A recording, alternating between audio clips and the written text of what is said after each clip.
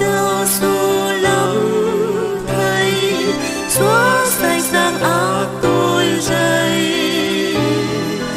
Thật mình này thương thuần khôn thấu, lấy tiếng nào thanh ơn màu. Cho tâm linh tôi này trắng phau, tươi vui thông thả trăm đường.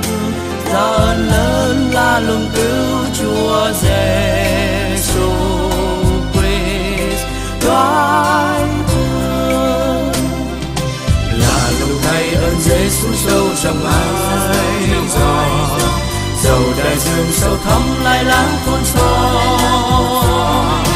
Ơn điển là Thầy có đủ ban cho người gian ác giống tôi này. Dài dòng bao là hơn các vi phạm tôi dày, thật vượt trên gian ác chế xấu xa tôi.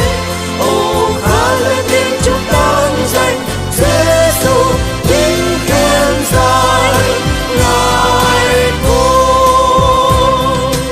Ơn Giêsu cao sâu lắm Thầy, xúc động ai lưu lạc dày. Hiện giờ tôi tình được rung ra, chính bởi hồng ân thiên hà.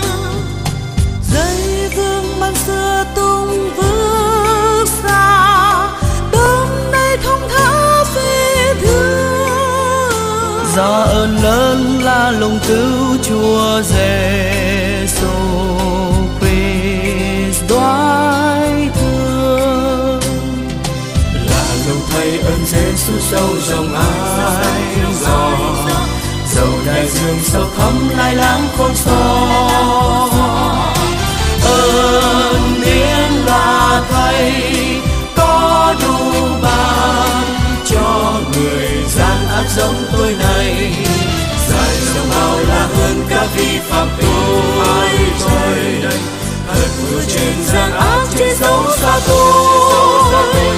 Ô khá lên tiếng chúc tán danh Giêsu, tiếng khen dài ngài thôi.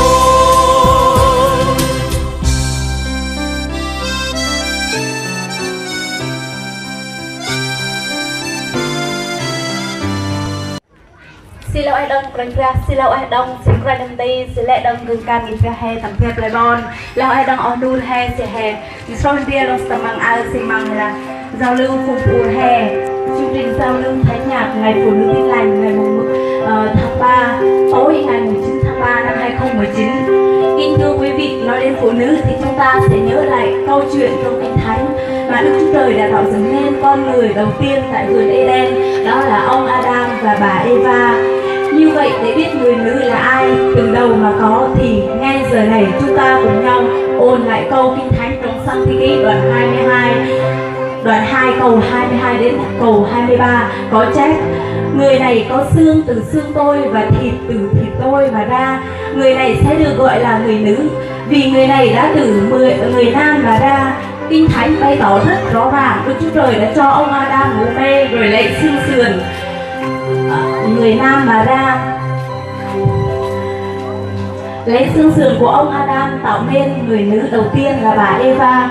Họ sống trong tình yêu thương mà Đức Chúa Trời đã ban tặng cho họ. Họ quan tâm đùm bọc lẫn nhau cho đến khi con người đã sa vào tội lỗi, thì tình yêu ấy dần dần mất đi, trôi qua mấy thế kỷ, ngàn năm đến ngàn năm. Con người đã sa sút vào trong tội lỗi đến thời phong kiến của các bậc vua chúa. Họ cai trị lẫn nhau và xâm chiếm những người yếu hơn mình, thậm chí họ bắt làm phu tu nô lệ cho mình.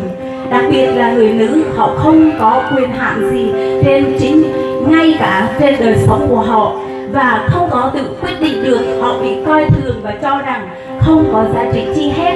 Họ bị đối xử tồi tệ, không có sự công bằng với họ.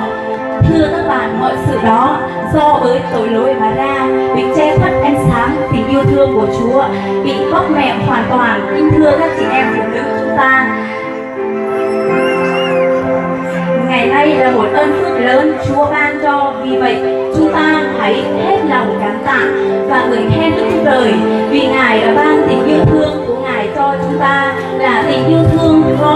của Ngài là Giêsu Christ Chúa chúng ta.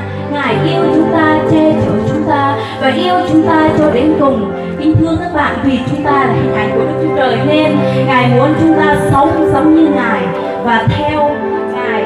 Vâng, kính thưa quý vị, sau đây chúng ta cùng hòa lòng với bài hát Như Chính Con Đây do em Mỹ Lập thể hiện hội Thánh Con Tru. Trân trọng kính mời em và chúng